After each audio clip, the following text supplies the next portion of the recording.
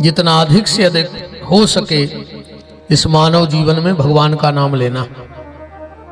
दुनिया में 4 प्रकार के लोग हैं, दुनिया में 4 प्रकार के लोग हैं। अब निर्णय आपको करना है कि उन 4 में से आप कौन सी कैटेगरी में आते हो। दुनिया में 4 प्रकार के लोग हैं, हम चारों आपको बता रहे हैं। अब निर्णय आप कर लेना कि आप किस जगह बैठे हो, आपका नंबर कौन सा है, पहला, दूसरा, तीसरा, चौथा। दुनिया में एक प्रकार के लोग ऐसे हैं, उनका मानना है कि मेरा तो मेरा और तेरा भी मेरा, एक किस्म के लोग। अब निर्णय आपको करना है कि आप कौन हो। दुनिया में एक प्रकार के लोग हैं कि मेरा सो मेरा और तेरा भी मेरा। दूसरे किस्म के जो लोग हैं उनका मानना है कि मेरा सो मेरा और तेरा सो तेरा। तीसरे किस्म के जो दुनिया में लोग हैं उनका मानना है कि तेरा सो तेरा और मेरा भी तेरा। ठीक। अब निर्णय आप करना कि आप कौन सी कैटेगरी में आते हो। पहले लोग वो हैं कि मेरा सो मेरा तेरा भी मेरा। दूसरे वो हैं कि मेरा मेरा तेरा तेरा। और तीसरे वो हैं कि तेरा तो तेरा मेरा भी तेरा। और चौथे किस्म के वो लोग हैं कि ना तेरा ना मेरा, यह जगत है झूठा झमेला। अब आपको फैसला करना है कि आप कौन सी कैटेगरी में आते हो। अब जिनका ये स्वभाव है कि मेरा सो मेरा तेरा भी मेरा, ऐसे लोग ज्यादातर कहां पाए जाते हैं। ऐसे लोग ज्यादातर वकीलों के यहां बैठे मिलेंगे, पुलिस में के पास बैठे मिलेंगे, कोर्ट कचहरी पर बैठे मिलेंगे। क्योंकि जब दूसरे का अधिकार हड़पोगे तो कोर्ट कचहरी पुलिस के चक्कर में पड़ोगे कि नहीं पड़ोगे। अब दूसरे किस्म के लोग हैं कि मेरा सो मेरा तेरा सो तेरा। वो है संसारी, वो अपने अपने काम में लगे हैं। कोई किसानी में बैठा है, कोई दुकान में बैठा है, क्योंकि वो अपना अपना देख रहा है। और जिनका ऐसा भाव है कि तुम्हारा सो तुम्हारा और हमारा भी तुम्हारा, वो है साधु, वो है संत। वो कहीं गुफाओं में बैठ के भजन कर रहे हैं। और जिनका ये भाव है कि न तेरा न मेरा, वो है परमहंस, जो जीते जी मुक्त हो चुके हैं संसार से। संसार में रहकर भी संसार से अलग है। संसार में रहकर संसार से अलग होने का मतलब क्या है। बोले न जग छोड़ो न हरि भूलो, न जग छोड़ो न हरि भूलो, करो कर्म जिंदगानी में, और दुनिया में रहो ऐसे जैसे कमल रहता है पानी में। कमल कीचड़ में उगता है, उसी में रहता है। कमल कीचड़ में है पर कीचड़ से अलग है। इसी तरह परमहंस संसार में है पर संसार से अलग है। और उसके लिए क्या करना पड़ेगा। अब एक अच्छा, अभी आपने बात कही थी गौरोचन की, गौधूली की। गौधूली का वो प्रभाव है कि कंस के पास जितने थे वो क्रूर ही क्रूर थे। कंस के पास एक भी आदमी अच्छा नहीं था। जितने थे सब क्रूर ही क्रूर थे। कंस ने एक क्रूर को भगवान को लेने भेजा, और वो क्रूर शाम के वक्त वृंदावन पहुंचा। टाइम कौन सा था? गोधूली का। आगे आगे गैया और पीछे पीछे क्रूर, और जब गाय के चरणों की रज उस पे पड़ी तो कृष्ण तक पहुंचते पहुंचते बन गया अक्रूर। गया तो क्रूर ही था, गया तो क्रूर ही था, पर जब गौ माता के चरणों की धूली उस पे पड़ी तो वो क्रूर ना रहा, अक्रूर हो गया। और इसका सीधा अर्थ, भगवान को अगर जीवन में बुलाना है, कंस ने कितने प्रयास किए मथुरा आ जाए भगवान, पर उसने पहले क्रूर ही क्रूर भेजे। कंस समझ गया कि क्रूर से भगवान मिलने वाले नहीं है। क्रूर माने बुरा मन और अक्रूर माने अच्छा मन। अच्छे मन से जब भगवान को बुलाओगे तो भगवान तुम्हारे पास अपने आप चले आएंगे। और ये मन जो क्रूर है वो गौ माता की कृपा से ही अक्रूर बनेगा। गौ माता की कृपा से अक्रूर बनेगा। अब एक गैया का प्रमाण और देखो, एक गैया का प्रमाण देखो।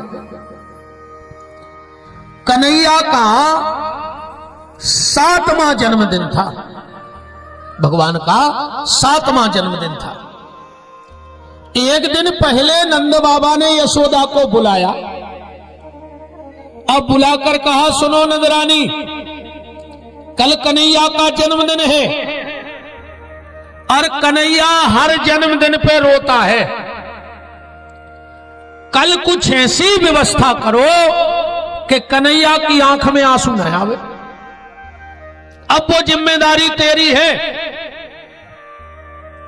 यशोदा जी ने कहा, बाबा निश्चिंत रहो। और पलटा दियो, आज तक दिक्कत है गले में खांसी।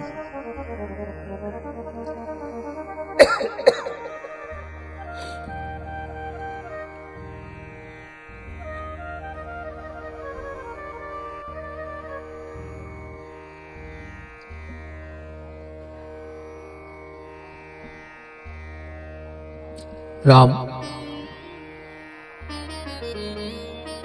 मैया यशोदा ने कहा, बाबा निश्चिंत रहो, मैं आपसे वादा करती हूं कल कन्हैया की आंख में आंसू नहीं आएगा। यशोदा जी ने 84 कोस के ग्वालों को न्योता भिजवाया, भंडारा होना है, बड़े बड़े ऋषि मुनि महात्मा आ रहे हैं। तैयारी होने लगी, भोजन बनने लगे, मेहमान आने लगे। और भगवान के जो मित्र थे उन्होंने सुबह बैठक करी। श्री दामा, मनसुखा, नंदा, भद्रा, मधुमंगल, श्री मंगल। श्री दामा ने कहा, क्यों आज अपने कन्हैया का जन्मदिन है? बोले हां। बोले 84 कोस के ग्वाला बुलाए गए हैं पर अपने घर में न्योता नहीं आया। श्रीदामा बोला कि तू तो है रे चटोरा, तो तू तो पंगत के लिए कह रहा होगा। श्रीदामा ने आंखों में आंसू भर के कहा, रे मधुमंगल, मुझे भोजन का शौक नहीं है, मुझे भोजन की कोई भूख नहीं है। पर हमारी मां रात में बता रही थी कि मथुरा से कन्हैया कपड़े आए हैं, बहुत सुंदर मुकुट आया है, कल वो तैयार होगा, हमें उसे देखना भर है कि कैसी लगता है, हमें उसे सब देखना है, भोजन नहीं करना। तो श्रीदामा ने कहा, अगर देख नहीं है तो एक काम करो, अरे दिन भर में एक आध बार तो वो आंगन में निकलेगा। बोले हाँ निकलेगा। तो जो बगल में पेड़ लगा है हम उस पे बैठ जाते हैं, उस पे से हम उसका दर्शन कर लेंगे। नंदा ने कहा, पर बुलाया क्यों नहीं? तो पूर्णमासी का जो बेटा है मधुमंगल, वो कहता है एक कारण से नहीं बुलाया होगा हम लोगों को। बोले क्या? आओ महाराज। ब्राज राम देवता एक कारण से नहीं बुलाया होगा कि हम लोग हैं उसके गरीब मित्र, फटे कपड़े पहनने वाले, और आज सुना है कि बड़े बड़े ग्वाल आ रहे हैं तो उसको पहचान कराने में शर्म लगेगी। एक ने कहा कि मित्रता ऐसे थोड़ी टूटेगी, आज भली वो VIP बन जाए पर बछड़े चराने तो कल हमारे ही साथ आएगा। बस ये बात है कि ये देखना है कि वो कपड़ों में लगता कैसा है। तो बोले चलो पेड़ पे चढ़ जाए। सब ग्वाल गए और पेड़ पर बैठ गए। अब सुबह से मेहमानों का आना जाना चालू है और ग्वाल पूरे पेड़ पे बैठे हैं भूखे। पूरे ग्वाल पेड़ पर भूखे बैठे हैं। भगवान बाहर निकले, बड़े सुंदर लग रहे हैं ठाकुर जी आज। भगवान ने सबको देखा और सबको देखकर भीतर गए। बोले क्यों मैया, तुमने हमारे मित्रों को नहीं बुलाया? यशोदा जी ने कहा कन्हैया तूने नहीं कहा। भगवान बोले मैया ये बता, जब तूने गांव भर में न्योता करवाया तो मेरे मित्रों को क्यों छोड़ दिया? यशोदा बोली कन्हैया लल्ला मैंने इसलिए छोड़ दिया, मैंने सोचा तूने बोल दिया होगा सबसे, तेरे खास मित्र हैं। भगवान बोले मैया रोज की बात अलग है, रोज की बात अलग है, पर आज तो तुझे न्योता करना था सबका।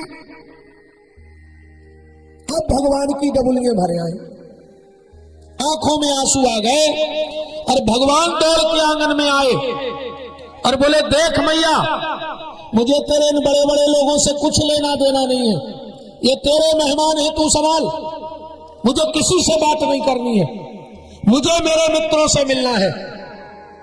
और भगवान उसी पेड़ की तरफ देखे और बोले ए कोयल जा मेरे मित्रों को बुला के ले आ।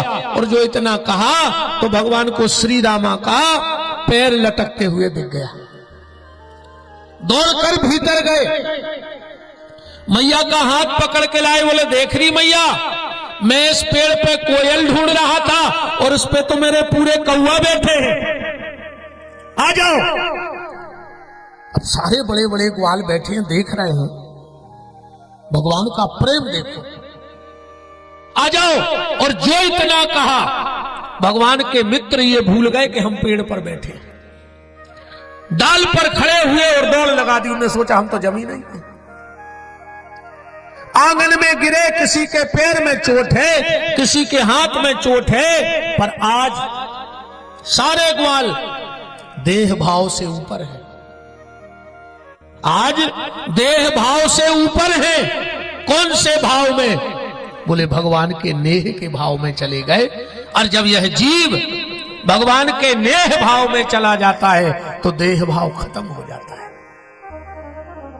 इसका जीता जागता उदाहरण हमारे हजारों नागा साधु, न जिनको गर्मी लगे, न जिनको ठंड लगे, न जिनको भूख लगे, न जिनको प्यास लगे, कहां गए वो? बोले अब वो देह भाव में नहीं है, उनकी आत्मा तो परमात्मा में रमण कर रही है, शरीर तो खाली अब यहां पड़ा है, उनकी कोई चिंता नहीं उसको। भगवान के सारे मित्र सामने खड़े हैं, सब मित्र सामने खड़े,